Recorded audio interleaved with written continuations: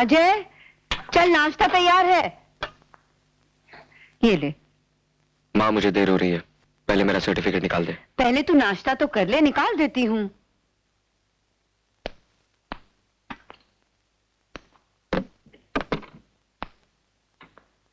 क्या हुआ, मिला? नहीं मिला, उसे ही ढूंढ रही हूँ। बुढ़ापे में याददाश्त कमजोर हो जाती है, पता नहीं कहाँ रख दिया मैंने। कहाँ था ये? जो चीज ट्रंक में रखी है उसे तू अलमारी में ढूंढ रही है? अरे हाँ, मैं तो भूल ही गई थी।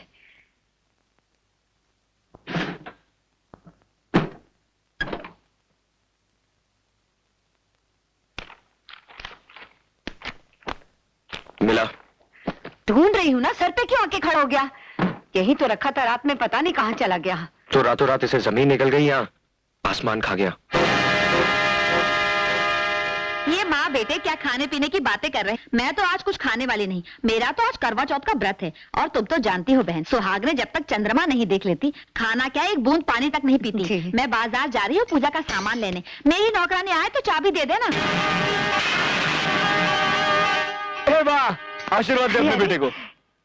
क्या बात है, आज बहुत खुश नजर आ रहा है। खुशी की तो बात है माँ, तेरे इस होनहार बेटे के साथ तेरा ये नटखट बेटा भी पास हो गया। चल फटाफट फटाफट मुंह मीठा कर ले। नहीं बेटे, रहने दे, मैं बाद में खा लूंगी। ये मिठाई तो तुझे खानी पड़ेगी बस। मेरा तो आज करवा चौथ का व्रत है। और तुम तो जानती हो बहन, सुहाग ने जब तक चंद्रमा नहीं देख लेती, खाना क्या एक बूंद पानी तक नहीं पीती। मैं खा लूंगी बेटा, बाद में खा लूंगी। तू थोड़ी सी तो खा ले बा, थोड़ी सी खा ले माँ। समझता वो इतने प्यार से खिला रहा है और तू इनकार कर रही है। खा ले। हाँ। मैंने कहा ना, मेरा मन ठीक नहीं, मैं बाद में खा लूंगी। लिखा। क्या कर रहा है? मैंने कहा ना मुझे नहीं खाना। खामखा जिद कर रहा है। तू भी अजीब आदमी है, जब वो मना कर रही है तो जबरदस्ती करने की क्या जरूरत थी। चल अब मूड मत खराब कर, चल बाहर चल के सेलिब्रेट करते हैं, चल। अब क्या हुआ? माँ मैं राज के साथ बाहर जा रहा हूँ, रात को देर से लौटूंगा, खाने पर मेरा इंतजार मत करना। अबे चलना यार। आराम से अजय, अजय संभाल के, आराम से।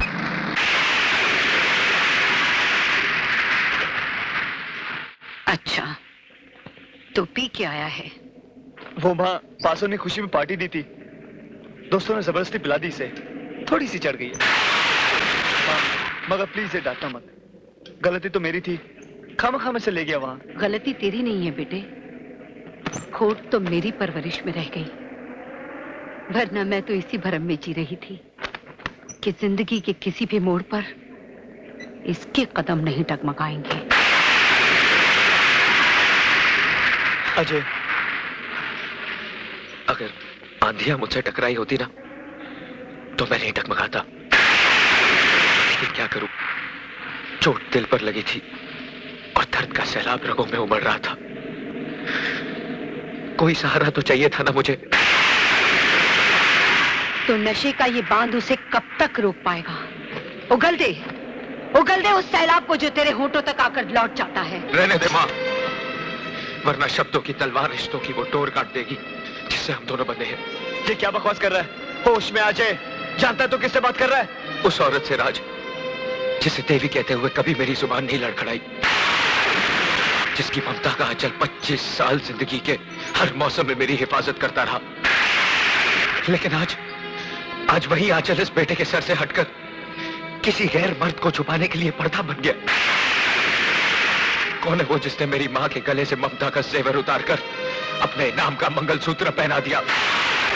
कौन है वो जिसकी लंबी उम्र के लिए मेरी मां करवा चौथ का व्रत रखती है? कौन है वो जो मेरी मां के दिल में मोहब्बत बनकर और मेरे दिल में नफरत बनकर पनप रहा है? बोल मां, बोल, जवाब दे। अगर तुझे एक औरत के चरित्र और मां की मर्यादा का खून ही करना था तो फिर ये सफेद साड़ी पहनकर विधवा होने का नाटक इसलिए? बोल, कौन है वो जो तेरी कोख को डस रहा है? किसके पाप की निशानी हूं मैं? इतनी बर्बाद कहने की कैसे की तूने? तू बीच में मत आ। यहाँ जितनी खिलौनी बात कही है, तेरी तो कैसी बातें कर रहा है? क्या कर रही है तू? होश में लिए तू, तो होश में आ। मुझे तो शर्म आती है अपनी कोख पर, जिसने तुझ जैसे बेटे को जन्म दिया। लोग झोपड़े में रहते हैं ना, उससे भी बुरा नहीं कहते। अरे तू तो 9 महीने इस कोख में रहा है रे, तो फिर इसे गाली देने की हिम्मत कैसे की तूने?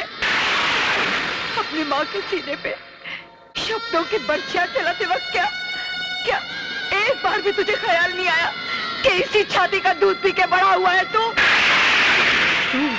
तू क्या सिखाएगा मुझे औरत का चरित्र और माँ का कर्तव्य? अरे मैंने तो एक वचन के लिए अपनी सारी जिंदगी वनवास की तरह काट दी। तू जानना चाहता है ना कि मैं ये मंगलसूत्र किसके नाम का पहनती हूँ, किसकी लंबी उम्र के लिए करवा चौथ का व्रत रखती हूँ? तो सुन, वो कोई और नहीं, वो तेरे पिता हैं।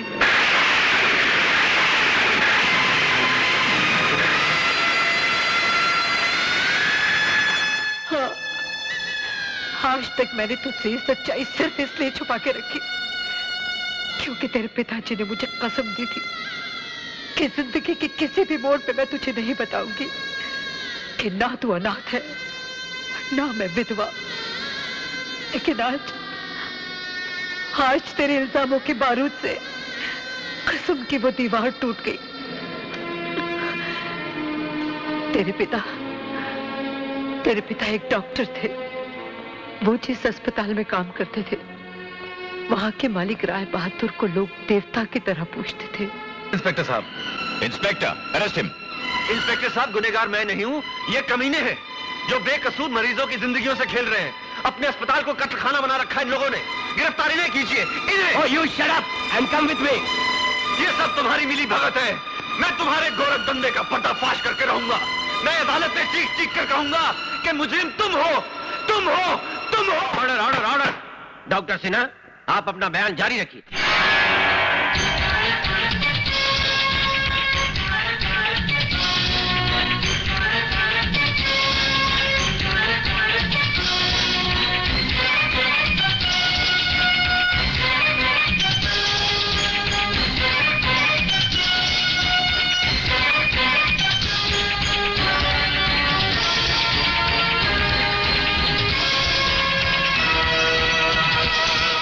खिलाफ एक मुकम्मल साजिश है योर ऑनर। ये सारे सबूत, ये सारे गवाह राय बहादुर के खरीदे हुए मोहरे हैं। मैं सच कहता हूँ जज साहब, मैं निर्दोष हूँ। मैंने कोई पाप, मैंने कोई गुनाह नहीं किया जज साहब, मैंने कोई पाप, मैंने कोई गुनाह नहीं किया जज साहब। तमाम गवाहों और सबूतों की रोशनी में ये अदालत इस नतीजे पर पहुंची है कि डॉक्टर रवि ने रुपयों की खातिर एक मासूम बच्चे की जान ली और अपने पेशे को बदनाम किया। लिहाजा ये अदालत डॉक्टर रवि को डॉक्टरी के पेशे से खारिज करते हुए उम्र कैद बामुशक्कत की सजा सुनाती है।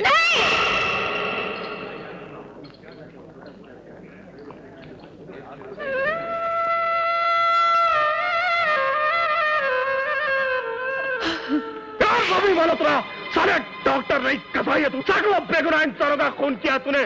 तुझे उम्र कैद नहीं, फांसी होनी चाहिए। तुझे मारो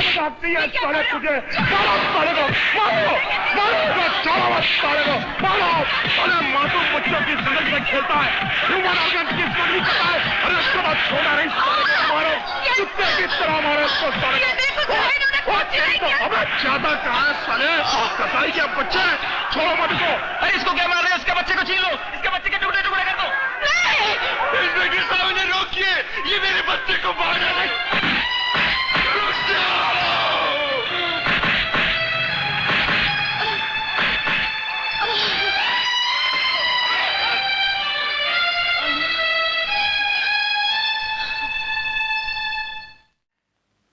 आशा, जी, तुम ये शहर छोड़कर चली जाओ। क्या हम एक दूसरे से अलग तो हो ही चुके हैं और अब आप ये शहर छोड़कर जाने को कह रहे? मैं आपको छोड़कर कहीं नहीं जाऊंगी। तो क्या चाहती हो तुम? अगली बार जब तुम मुझसे मिलने आओ, इस बच्चे की लाश तुम्हारे हाथों में हो। एक बाप होकर ऐसी अशुभ बातें कर रहे हैं। तो क्या करूं? लोगों की आंखों में जो नफरत और गुस्सा मैंने देखा है, वो तुम्हें और इस मासूम को जिंदा नहीं रहने देगा। किस किस के पत्थर से हिफाजत करोगी इसकी? चली जाओ आशा, चली जाओ। किसी अजनबी जगह जाकर परवरिश करो इसकी, जहां तुम्हारे बेटे के नाम के साथ डॉक्टर रवि मल्होत्रा का नाम शामिल ना हो, ताकि ये किसी मुजरिम या कातिल का बेटा ना कहलाए। मैं बताऊंगी इसे कि सच्चाई क्या है। नहीं यकीन करेगा वो। अरे बचपन कोरे कागज की तरह होता है और दुनिया वाले मेरे गुनाहों की उस पर इतनी स्याही बिखेर देंगे कि तुम्हारे लिखने के लिए कोई जगह नहीं रहेगी। इसलिए कहता हूं आशा, मान जाओ, मान जाओ। इस बच्चे के भविष्य की खातिर तुम्हें दुनिया वालों के सामने विधवा बनकर जीना होगा। एक माँ का फर्ज निभाने के लिए आप एक पत्नी से उसका अधिकार क्यों छीनना चाहते हैं? ताकि तुम्हारी मांग का सिंदूर उन सवालों को जन्म ही न दे सके जिनका जवाब तुम्हारे पास न हो। समझ लो तुम्हारे सुहाग को उम्र कैद नहीं, फांसी हो चुकी है, विधवा हो चुकी हो तुम। पहुंच दो अपनी मांग का सिंदूर, तोड़ दो ये फांस की निशानियां, तोड़ दो जो तुम्हें कभी मेरे जिंदा रहने का एहसास भी न दिला सके। आज के बाद तुम कभी मुझे मिलने नहीं आओगी और न ही इसे कभी बताओगी कि मैं जिंदा हूं। आशा, आशा, मैं तुम्हारे हाथ जोड़ता हूं। वचन दो कि तुम इस राज को राजी रखोगी। तुम्हें इस बच्चे के भविष्य की कसम, तुम विधवा बनकर रहोगी। आशा, मैं तुम्हारे हाथ जोड़ता हूं। सुहागन होते हुए भी मैंने विधवा का ये कफन ओढ़ लिया, पोंछ दिया अपनी मांग से सिंदूर, ताकि अपने आंचल से अपने बेटे का लहू न पोंछना पड़े।